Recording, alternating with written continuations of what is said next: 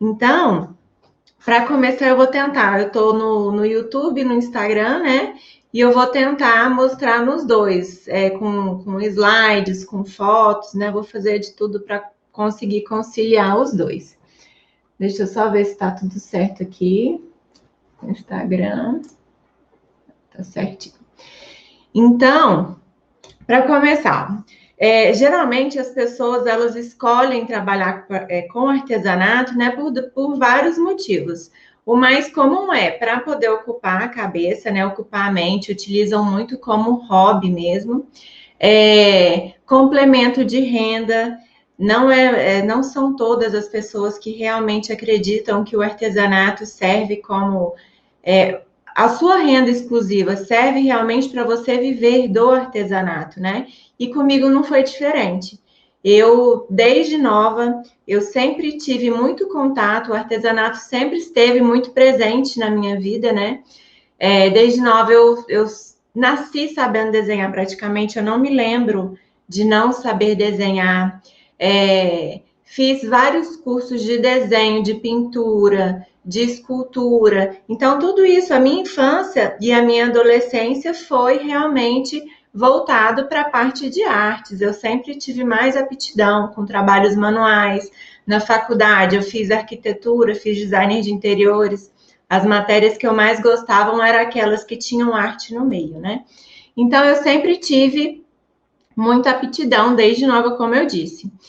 E quando eu comecei a fazer, eu fazia assim algumas coisinhas para vender. Eu não sei se vocês vão lembrar, na época, eu acho que eu tinha uns 16 anos e tinha um programa da Ana Maria Braga que se chamava Note a Note. E nesse programa ela ensinava a fazer bichinhos de biscuit, miniaturas. Tinha um cara que ia lá ensinar ela e eu ficava fascinada naquilo. O meu sonho era aprender a fazer aqueles bonequinhos. Então, como eu sempre fui muito curiosa, tudo que eu queria aprender, eu corria atrás, eu procurava aula, eu via vídeo. O programa dela eu não perdia nenhum só para assistir essa parte. E aí eu comecei a fazer chaveirinhos de biscuit, aprendi a fazer a massa, né, do biscuit. Então eu sempre fui muito curiosa e eu sempre procurei realmente aprender tudo que eu pudesse, tudo que estava aí no meio do artesanato. Então eu fazia chaveirinhos de biscuit, eu fiz porta-retratos de MDF, fiz um bom tempo, fiz vários brincos para vender. Então eu sempre tive nesse meio do artesanato, só que sempre levando para o lado de que era só para complementar, era para eu ter um dinheirinho extra mesmo. Ainda mais como eu comecei a fazer desde nova, desde a adolescência, né? Era só para ter meu dinheiro para eu gastar com o que eu quisesse, né? Eu não dependia daquele dinheiro para me sustentar. Nessa época, os meus pais ainda me sustentavam, né? Então, eu fiquei fazendo essas coisinhas por muito tempo. Só que, como eu já contei para vocês, eu não sabia vender.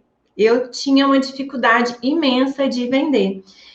E na minha cabeça era o seguinte: se eu nasci com um dom, eu não tenho que aprender a vender. Eu nasci com um dom de fazer, eu não nasci com um dom de vender. E sendo assim, que na minha família, minha mãe, minhas irmãs, só o meu pai que não, mas o restante todos são vendedores. E eu meio que ficava revoltada, porque a cobrança da minha mãe em cima de mim para eu aprender a vender era muito grande. E aí ela virava para mim e falou: Não, Luciana, você está fazendo, então você tem que aprender a vender. Eu falei: Não, e eu sou muito cabeça dura, sabe? E aí eu falava: Não, eu não tenho que aprender a vender, não, eu já nasci sabendo fazer, então eu vou fazer e arrumo alguém para vender para mim. E foi assim. Aí ela começou a me ajudar a vender. As minhas irmãs também vendiam nos trabalhos delas, né? E foi assim. Até que acho que com uns 17 anos eu resolvi trabalhar como promotora de eventos. Não sei se tem alguém aqui que já trabalhou, mas é um trabalho assim muito cansativo. São horas e horas, né, de salto em pé sem poder sentar, a gente vindo falar cada barbaridade para você. Então eu passei aí uns 4 anos como promotora, só trabalhando como promotora e na época fazendo arquitetura. E aí nessa época eu abandonei o artesanato, não fazia para nada, né? O máximo que eu fazia era desenhar nas aulas, né, de arquitetura, que a gente tem essas aulas também. E aí fiquei aí por esses 4 anos, até que um dia eu cansei, como não tinha muita instabilidade, né? Ou não tinha estabilidade o trabalho como promotora, cada mês eu recebia ali um valor. Eu falei, não, vou arrumar um trabalho fixo para eu poder começar a me organizar. Já tinha vontade aí de comprar um carro, já queria começar a ter minhas coisas, né? Mas para isso eu tinha que ter um emprego que me desse uma estabilidade, que todo mês eu soubesse ali quanto que eu iria ganhar. Isso, na época, era o que eu pensava. E assim foi, arrumei um trabalho de telefonista numa organização social. Fiquei ali como telefonista uns 2 meses. Nessa época eu já tinha largado a arquitetura, larguei no meio, parei no meio, só ficava por conta de trabalhar. E aí, de telefonista, em alguns meses me chamaram para trabalhar. Eu fui promovida para a secretaria executiva, né? Fui trabalhar na secretaria executiva como secretária executiva. E eu achando que ia ser mil maravilhas. O salário dobrou, a quantidade de trabalho também, mas eu nunca tive medo de trabalho, né? E eu fui, meti a cara e fui ali na cara e na coragem para a secretaria executiva. Aí, como o meu salário tinha aumentado, eu peguei e falei, vou comprar um carro, porque eu tinha horário para entrar, mas eu não tinha horário para sair. E eu morava muito distante, e de ônibus, de noite, para mim, era fora de cogitação, porque eu não tinha coragem. E ficar dependendo dos meus pais também para buscar, eu achava judiação, né? Então, vou comprar meu primeiro carro. Comprei. No que eu comprei, passou assim, poucos meses, gente. O meu chefe, eu adorava ele. Eu adorava, eu achava ele divertido. Até então, ele era muito gente boa. Só que aí ele começou a, tipo, maltratar a gente. Ele era eu e mais uma que trabalhava lá. Ele maltratava, ele xingava, ele gritava. A gente tinha que ir trabalhar com um salto gigante, porque ele queria escutar o barulhinho do salto no chão. Ele era meio doido. E aí ele começou a fazer realmente assim um assédio moral com a gente. Não tinha um dia que eu não ia trabalhar que eu não chorasse. E eu ligava para minha mãe morrendo de chorar, contava o que tinha acontecido, ele xingava a gente de tapada. Era assim, coisas surreais. E aí, na época, eu era muito nova, e aí eu achava que eu tinha que ficar quieta e abaixar a cabeça e ficar ali até eu arrumar outra coisa, porque eu tinha feito compromisso com dinheiro, eu não queria levar mais uma despesa para os meus pais, né? E eu aguentei isso aí durante 2 anos. E eu não via saída. Todos os dias, quando ele gritava, ele brigava que eu ia chorar, eu ia lá fora, ligava para minha mãe, minha filha, pede demissão. Eu falei, não tem como, eu preciso pagar meu carro, né? Minha preocupação era meu carro. E aí, e pior que quando a gente voltava, que ele via que a gente tinha chorado, aí que ele pisava mais, foi lá chorar, sabe? Era um inferno na terra, era aquele trabalho. Aí eu fiquei ali por 2 anos, não via saída. O artesanato nem passava pela minha cabeça. De eu pensar e falar, vou começar a fazer artesanato para ver se eu consigo sair. Ele nem passava. Aí eu arrumei um outro trabalho também como secretária, pedi demissão desse e fui para o outro. O outro tinha data para começar e data para terminar, porque era uma reforma de um parque que estavam fazendo aqui em Goiânia. Então veio uma empresa de São Paulo. E eu também fui trabalhar como secretária executiva. Eu saí do inferno e fui para o céu. O salário era melhor, todo mundo ali era praticamente só eu de mulher na obra, tá? Todo mundo era muito gente boa, até então todo mundo muito respeitador. Então, com o passar assim dos meses, que foi que a gente foi tendo mais intimidade, né? Vai conversando mais com as pessoas, meu chefe começou a me assediar. Nunca chegou coisas de abuso, assim, mas eram indiretas, eram piadinhas, eram cantadas, era muito constrangedor. Eu cuidava dessa época, eu era secretária, mas eu cuidava também da parte de pagar vale alimentação para os funcionários, eram mais de 30 pedreiros, né? Pessoas que estavam ali trabalhando na reforma. E aí, quando eu ia pegar o dinheiro com ele, ele soltava umas piadinhas, tipo assim, que me daria o dinheiro, entendeu? Então, eu passei realmente por situações muito constrangedoras. E nessa época também, não passava pela minha cabeça poder viver de artesanato, poder fazer alguma coisa para vender. Depois que eu comecei a trabalhar como promotora, eu não mexi mais com artesanato, porque para mim aquilo ali tinha passado, era coisa tipo de adolescente trabalhar. E aí, depois que acabou esse trabalho, assim que eu entrei nesse segundo emprego, eu entrei para a faculdade de design de interiores. Deixa eu só desligar o som aqui para não me atrapalhar. E aí eu entrei para a faculdade de design de interiores. Ela era 2 anos e meio, que era o tempo para formar. E o trabalho levou 2 anos. Então, quando eu acabou o contrato, que acabou a reforma que eu fui mandada embora, quando acabou o contrato e acabou a reforma que eu fui mandada embora, eu ainda estava no meio da faculdade, né? Faltavam ali 6 meses para eu me formar. E aí, depois de ter passado por essas duas experiências, eu coloquei na minha cabeça, eu falei, eu não vou trabalhar mais para ninguém. Por quê? Pela situação que eu já tinha passado de ser humilhada, de ser xingada, de trabalhar com desgosto, trabalhar só pelo dinheiro, e o outro é por ter passado aí por várias situações super constrangedoras. Então, eu não queria mais trabalhar para ninguém. E aí, a minha irmã, que na época, inclusive, ela acabou de entrar aí, ó, Larice, que inclusive ela é a vendedora do ateliê, ela sempre foi uma das que mais vendeu para mim. Eu falava que eu estava fazendo alguma coisa, na época ela trabalhava na prefeitura, ela, não, me dá que eu vendo lá na secretaria. Trabalhava na Secretaria de Saúde. Me dá que eu vendo lá na secretaria. E aí, assim, começou. E aí ela pegou, sabendo que eu tinha saído, ela, Lu, tem uma menina lá na secretaria que está precisando de umas lembrancinhas de nascimento para maternidade, você faz? Eu falei, faço. Eu não tinha nem ideia, tinha tantos anos que eu não mexia, mas eu falei, eu vou fazer, né? Vou dar um jeito. Então, as lembrancinhas que eu fiz eram essas aqui, essas caixinhas revestidas com tecido. Eu não tinha,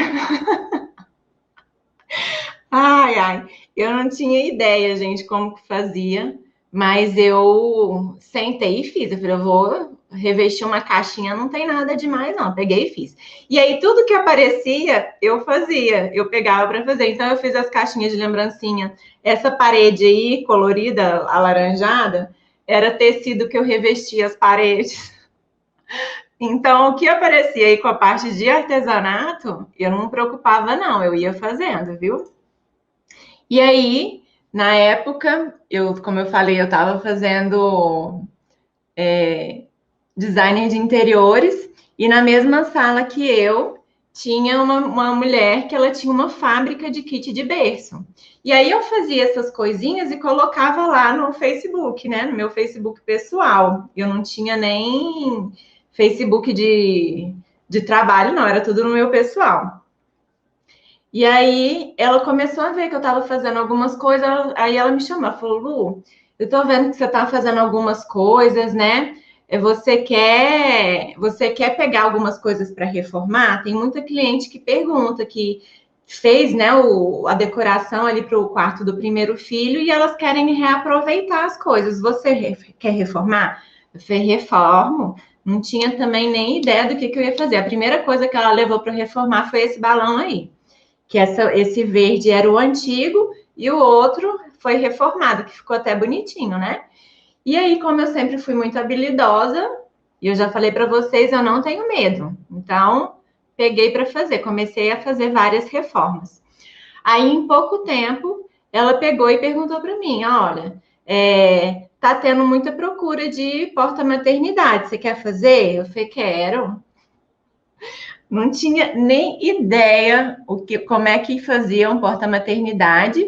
Eu tinha mais ou menos porque eu tinha feito da minha irmã, que foi esse aqui, ó. Que foi esse da Flávia. Minha irmã ficou grávida mais ou menos na mesma época também. E eu fiz o porta-maternidade da Flávia, que foi esse aí, super simplesinho, né? E aí ela pediu para eu começar a fazer quadros personalizados. E eu peguei e comecei a fazer do jeito que dava, né, gente? Quando eu falo que eu vou desativar os comentários aqui do Instagram para vocês poderem ver. Quando eu falo que era simples de verdade. Então, era uma moldura branca com um fundinho e um bichinho. E aí eu ia colocando o que a pessoa quisesse, né? Igual essa da ovelha, coitada. Essa ovelha, Essa bonequinha aí também é terrível, meu Deus do céu. Na época vendia muito Safari, então esse do Petro, nossa, eu fiz quadro demais igual esse do Petro. E aí eu comecei a ir fazendo, né? E fazendo algumas coisas, até que um dia, até que um dia apareceu uma cliente dela querendo um quadro que fosse parecido com esse, tá? Esse quadro aí foi eu que fiz, mas ela queria um quadro, ela me mostrou a referência de um outro ateliê, era moldura em madeira branca, com mais ou menos alguns elementos, com alguns elementos desse. Tinha um troninho, que era tipo um príncipe, um reizinho. E aí ela pegou e perguntou, né? Você faz? Eu falei, faço, dá para fazer. Ela falou, não, eu só queria que trocasse os ursinhos por bonecos. Dá para fazer? Eu falei, dá para fazer, vamos fazer. Aí eu peguei e fiz. E esse quadro, acho que na época eu cobrei tipo uns 350, era o quadro mais caro que eu tinha vendido. E aí eu lembro de conversar com as minhas irmãs, né? Falando, nossa, eu vou fazer um quadro de R$ 350 e tal, e achando o máximo, porque eu ia conseguir ali um dinheirinho até considerável, né? Eu estava tendo que trabalhar para juntar com seguro-desemprego para eu conseguir pagar a minha faculdade. Aí tá, fiz o quadro, olha o resultado. Peraí. Aí ela me pediu aquele, eu entreguei esse aí. Eu entreguei esse aí, ó, simplesinho. Ai, ai. E o pior foi que eu olhava o quadro, mostrava para todo mundo, para as minhas irmãs. Eu falei, tá bonito, tá lindo. Nossa, Lu, ficou muito bonita. Aí a mulher acabou comigo, né? Com toda a razão, coitada. Ai, gente, eu tenho crise de riso toda vez que eu conto essa história, porque eu fui muito cara de pau, né? Aí eu sei que eu fiz esse quadro. Ainda bem que na época não existia aquele expectativa versus realidade, porque senão tinham acabado comigo, né? Podiam ter me queimado até dizer chega. Aí eu sei que a mulher lá, a cliente, com toda a razão, ficou revoltada comigo. Eu escutei aí um monte, né? Olha a diferença dos quadros. A única coisa que mudava desse que eu fiz o primeiro, né? Era que a moldura era branquinha, era uma família de ursinhos, só que ela queria um troninho e um rei. Ai, ai. E aí, e aí foi isso, gente. Aí eu sei que depois de ter passado por toda essa situação aí super constrangedora, né? Que eu escutei com razão a cliente indignada comigo. Eu tentei aí fazer uma cópia, mas a cópia ficou péssima, né? Aí eu aprendi. Aí eu vi que eu não podia mais copiar de ninguém e eu ia me dedicar realmente a aprender como que fazia os quadros e não sair fazendo e sair vendendo sem ter nenhuma técnica, né? Fazendo por fazer, porque até então era o que eu estava fazendo, né?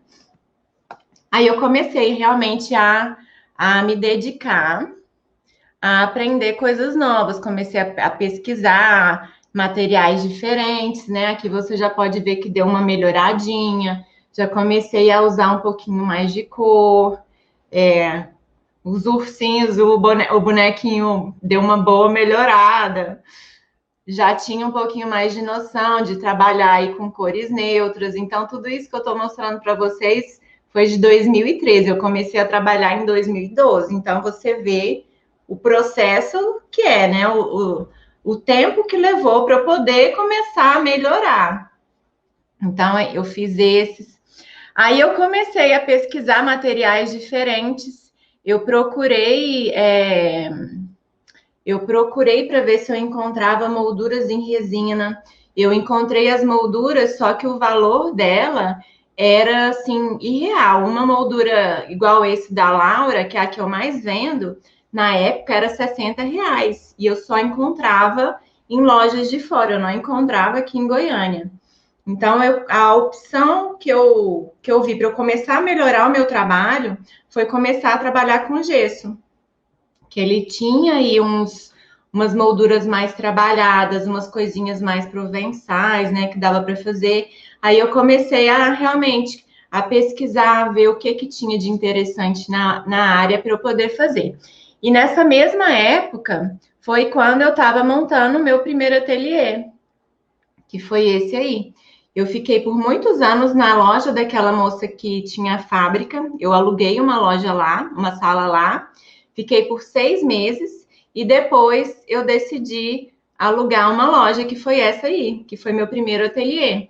Nessa época eu tinha chamado uma irmã minha, não era Larissa, era minha irmã mais velha, para ser minha sócia e a gente decidiu abrir e começou a pesquisar materiais diferentes, a realmente tentar melhorar o nosso trabalho, que até então não estava muito bom, né? E aí, nessa busca realmente de tentar melhorar, de poder divulgar, como eu já falei para vocês, que o que eu indico para vocês, a gente começou, para poder ficar mais conhecido em Goiânia, começou a sair nas lojas pedindo para ou deixar os produtos em consignação, ou fazer a decoração da vitrine. A gente buscou parcerias para as pessoas poderem indicar a gente, né? Então, essa daí foi uma das maiores e mais bonitas vitrines que teve de bebê aí, acho que foi em 2013. Essa loja, ela é chiquérrima, chiquérrima, ela é de enxovais personalizados, então a estampa do enxoval é personalizado, então não são materiais baratos. E aí a gente ofereceu, fomos lá na cara e na coragem, né? Como vocês viram, nossos produtos não eram nada demais, mas a gente mesmo assim foi lá, conversou, perguntou se elas tinham interesse da gente deixar alguns produtos, né, para poder fazer a indicação, e deu sorte delas estarem montando um quarto de bebê, porque ali eles montam quarto de casal, quarto de criança na vitrine, e aí coincidiu deles estarem fazendo a decoração do quarto de bebê. E aí ela passou as referências das cores que ela queria, o que ela estava querendo, e a gente fez os artigos, né, os quadros, tem espelho de moldura, tinha caixa, por mais simples que fosse, mas que ficou super bonito. Aí, né, nesse momento que a gente começou realmente a trabalhar com produtos um pouco mais sofisticados, né? E aí foi a partindo daí que uma cliente, deixa eu tirar aqui, e aí foi partindo dessa indicação que uma cliente apareceu procurando a gente e queria fazer, ela queria quadros diferentes, né?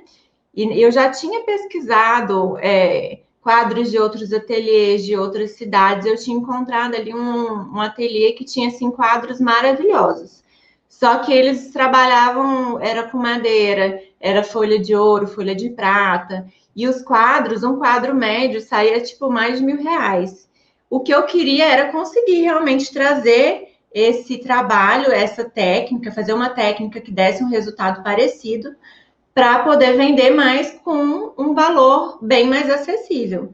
Mas até então era só um plano, né? Até que apareceu essa cliente, eu lembro até hoje o nome dela, que era a Jennifer.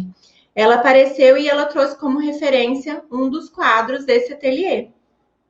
Nessa época eu já tinha aprendido, né, que não era para eu falar que eu sabia fazer se eu não soubesse, que não era para eu tentar copiar. E eu fui bem sincera com ela, falei, olha, esse é um dos ateliês que eu me inspiro bastante. Essa técnica eu ainda não aprendi, mas eu posso tentar desenvolver para você. Dando certo, a gente vê os produtos que você quer.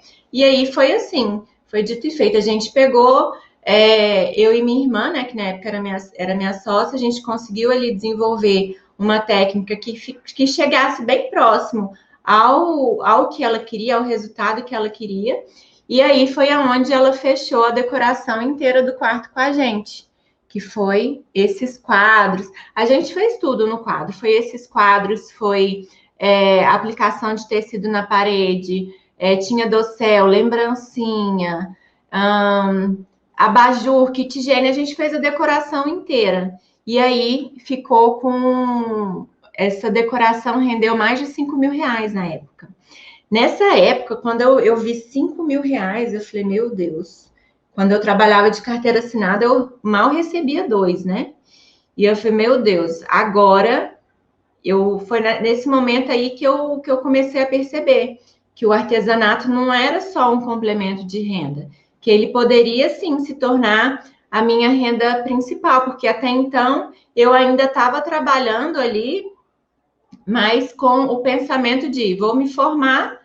Quando eu me formar, eu transformo um ateliê num estúdio aí de design de interiores e vou trabalhar tipo com decoração para quarto de bebê.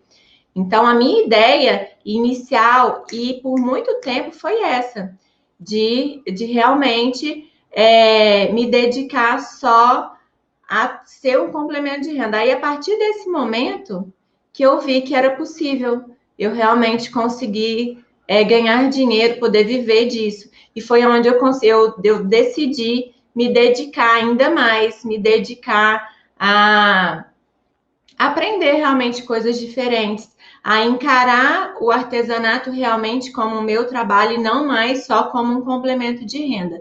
Então, nesse momento, foi nesse momento aí que eu realmente decidi me dedicar a aprender coisas diferentes, me dedicar realmente a encarar o artesanato como o meu trabalho, né? E não mais só como um complemento de renda. Isso, para mim, esse momento aí foi totalmente decisivo aí na minha carreira como artesã. Como eu estava falando, esse momento que eu fiz esse quarto, né, que eu fiz essa decoração, foi totalmente decisivo para a minha carreira como designer de interior, ou como artesã, porque nesse momento eu vi que eu não queria mais trabalhar como designer de interiores. Eu queria realmente focar aí na parte de artesanato, porque era um trabalho muito tranquilo, era um trabalho que eu gostava de fazer, realmente é quase que uma terapia, né? É uma terapia para muitas pessoas e para mim também passou a ser meu trabalho com uma terapia ali envolvido. Então, esse momento foi muito importante por conta disso. E aí, nessa época, foi a mesma época que estava começando aí um Instagram. Acho que não tinha nem um ano de Instagram, meu telefone nem funcionava, não tinha nem acesso. E aí, eu vi que tinha muitas famosas que ficavam postando as coisas que ganhavam. E aí eu vi que a Ana Hickman estava grávida. Aí eu pensei, falei, bom, é a hora de tentar divulgar, né? Vou fazer um quadro aqui. Na época eu ainda não fazia quadros tão bonitos, né? Mas eu falei, vou fazer um quadro aqui e vou mandar para ela. Se der sorte, ela me indica e tá tudo ótimo, né? E aí eu fiz um quadro, um conjuntinho. Foi simples, mas ficou super bonitinho, que foi esse aí, ó. Fiz um conjuntinho de quadros para ela. Deixa eu tirar aqui esse. Aqui, ó. Ó, fiz um conjuntinho de quadros para ela.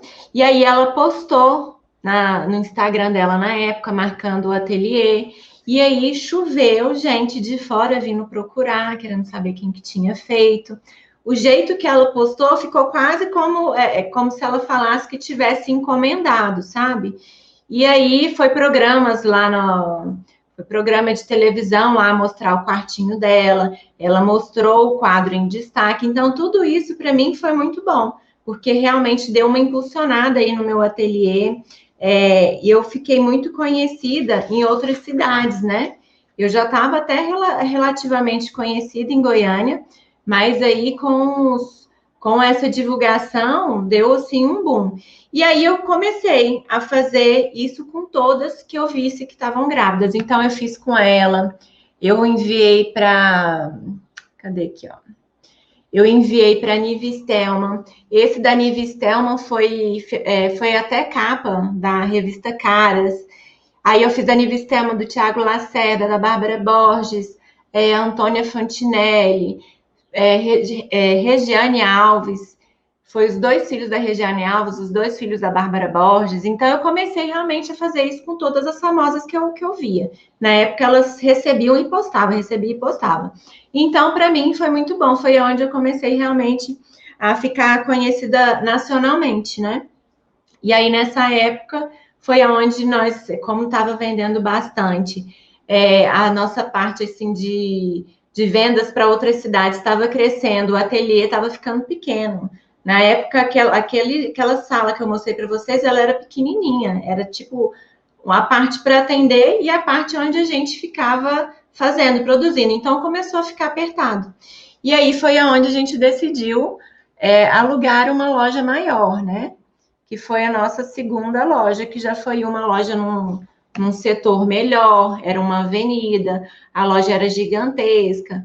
Então, a gente optou aí por ir mais uma vez para a loja. Então, nessa época, a gente optou por ir para uma loja mais centralizada, uma loja maior, onde tivesse uma estrutura maior para a gente poder trabalhar, né? E foi onde a gente alugou essa loja que ficava na T63.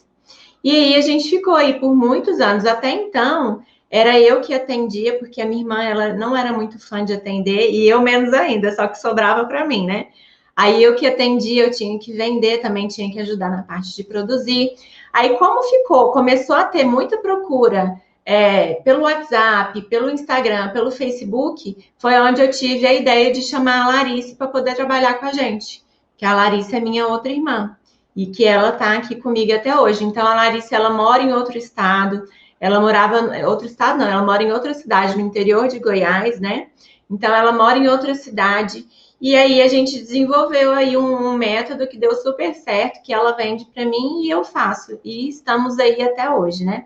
Depois dessa loja, a gente decidiu, pelo fluxo de vendas que tinham presencialmente, pelo fluxo de vendas que eu tinha online, a venda online era muito maior. Não tinha nem comparação. E aí eu vi que o que a gente vendia presencialmente quase que não pagava os gastos que a gente tinha com a loja física, né? Que era aluguel, energia, todos aqueles gastos. Davam, acho que quase R$ 2.500 só de gastos. Então, não tinha o porquê de ficar com a loja aberta, da gente ter que ficar cumprindo horário. Era aquela coisa, 8 horas tinha que estar com a loja aberta, 6 horas fecha. Se tinha um dia que a gente, por acaso, não abria, tinha cliente que ligava para reclamar.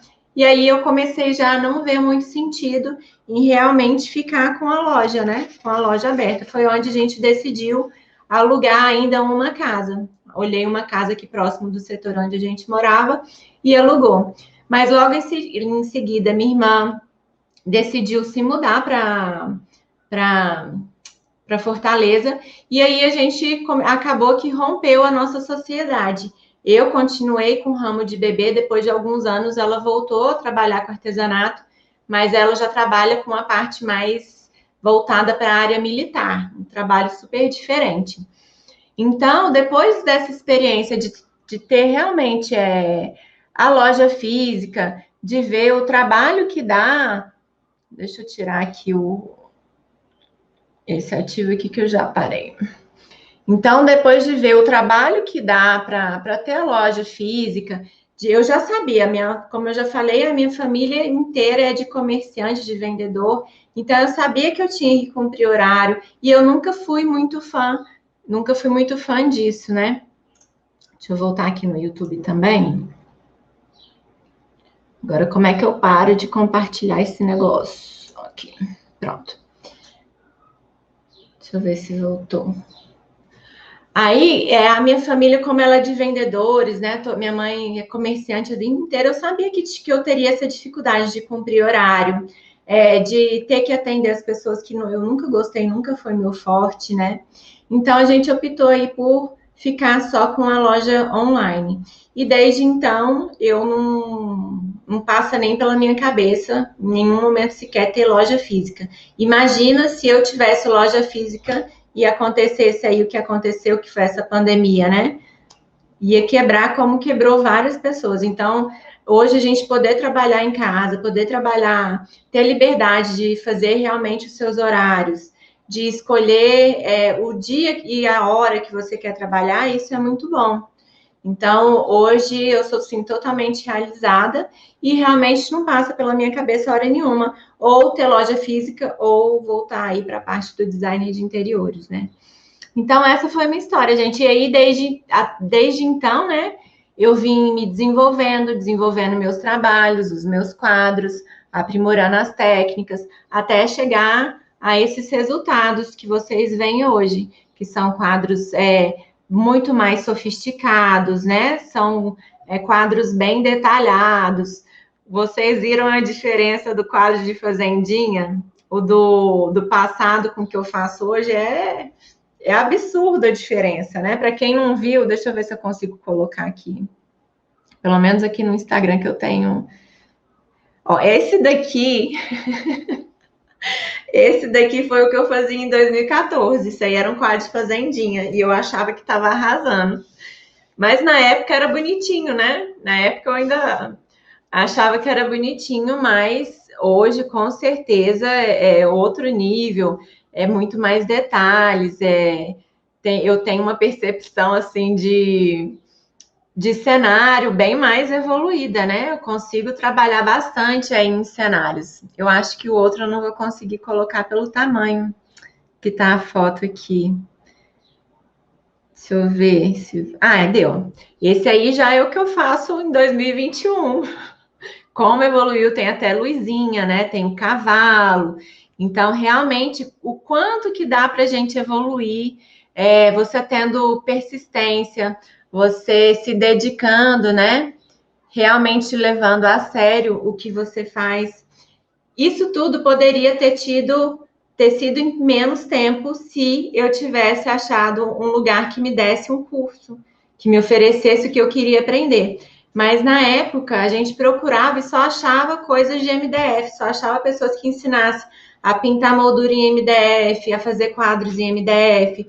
Esses quadros de resina ou de gesso que fosse, não achava quem ensinasse. Então eu tive realmente que aprender tudo ali no teste. Então eu investi muito tempo, eu investi muito dinheiro, porque a gente gasta muito e também deixa de ganhar muito dinheiro, né, com todo esse processo. Isso tudo poderia ter sido encurtado se eu tivesse tido a oportunidade de fazer um curso, né?